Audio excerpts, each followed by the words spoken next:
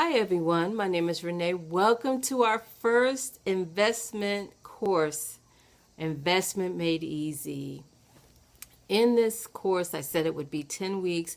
What I've done is condensed it down to 3 weeks. So I'm going to cover a lot of information, but I promise you at the end, you'll know how to select a stock, research a stock, purchase that stock, set up an online account, as I had promised initially. Today, I want to talk about your tools that you use. I gave you an assignment last week to find 5 companies inside your home, outside at the mall, just to look around and create a list of 5 companies. With that list of 5 companies, and again, I want to just reiterate this is for educational purposes only. I'm not making any recommendations. You will select your own companies. You will make your own choices. And that gives you the power in your success. So let's get started. So let's just say you chose a company. So for example, I just pulled some information from a company that I had looked at once before. It's old information. I'm not making a recommendation, but Procter and Gamble. So what I do first is, okay, I have Procter and Gamble. I go to procterandgamble.com. I find out who the CEO is. I find out the latest news on the company. I find out what they're doing. How is the management team? How are they managing the company's money? Once I do that, then I will go to my resources. I go to the library. I get the value line. You can go to valueline.com. I was there today. They have a free trial. And what that is a one-page snapshot of the company. It tells you what the company does as a whole. It gives you like 10 years of their sales. It gives you their financial information on that one page. So you can just clearly glance over how is their sales, how's their earning per share, how do they handle their debt, are they in debt? So, you want to get an idea of how the company is doing.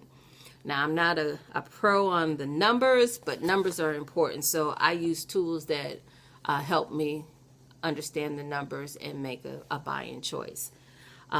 What I would recommend is that you find a mentor, someone who is an investor that is successful, your Warren Buffett's. Now, I've read his book, and I can honestly say I can't tell you. All I know is that he finds good companies. Not only does he find good companies, but he buys those companies. I had recommended the book last week, Chicks Laying Nest Eggs. Now, this book is an investment club. I am also a member of an investment club. It's all women, and we come together. We have different ideas, we have different styles, but we're partners, and together we make money. So as I started out as an individual investor, but as you grow, you might want to find that you're more successful connecting and becoming a partner with other investors. And that's okay. One will chase 1,000, two will chase 10,000. So you can do more with people, like-minded people. What I do is I read books. My mentors are William O'Neill, Robert Kiyosaki, The Motley Fool. I've read their books. Find publications like here's a newspaper for investors, FT, which is Financial Times. IBD is an investor's newspaper. The Wall Street Journal. So, find up-to-date information. If you research a company, like say at the beginning of the month, and you say, okay, I'm researching this company, I'm making a decision. Now it's 30 days later. You need to go in and research and just get some updated information because it could change overnight. You want to invest what you're not afraid to lose. So don't take your entire nest egg and throw it into the stock market. I don't recommend that because if you lose, that hurts. And so I don't like to lose any money. And if you make it educated, do your research, do your due diligence, and select companies that are,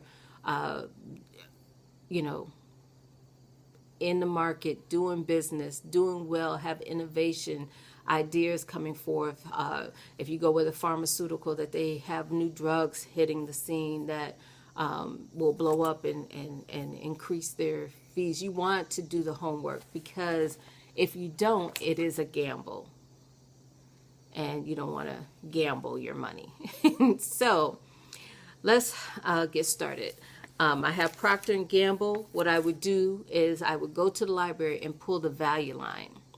The value line is at the library. You can go online, and I just was on there tonight. They have a free subscription, so you can go online and get it. But I go to the library, and they're usually behind the desk, and you have to show your driver's license to get. It's 2 huge big books, and you just go into every company that has stock. Is in there, and you can pull. It's a one-page snapshot of that company. This is just an insert of me taking a trip to the library that I talk about in my video. I get the value line. That's the value line right there. There's 2 big, huge books of every company that has stock in the stock market. So I pull different resources. I just don't use their website. I pull different resources from different arenas, so that way I can get a truer picture of what's going on in a company. There's the IBD, newspaper for investors, the Wall Street Journal, and I always try to find books on investing and investors.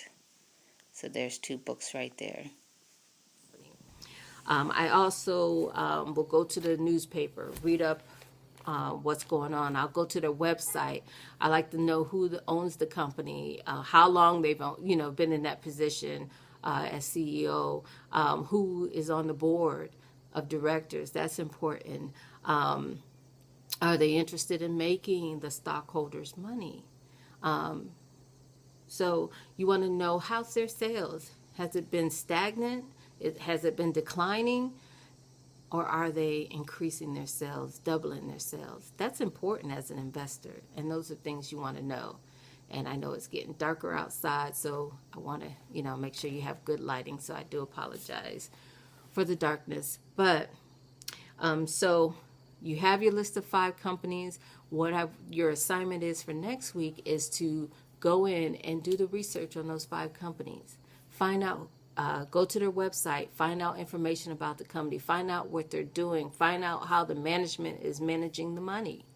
Because if you have a management team that is not trying to grow the business, well, they don't care about your little bit of money you have in the stock market. So you definitely want people that are seriously trying to make the company grow. And then with that growth, you make money along with the company. You can look at companies that pay dividends. I mean, there's different things that you can look at, different factors. What I like about, I go to the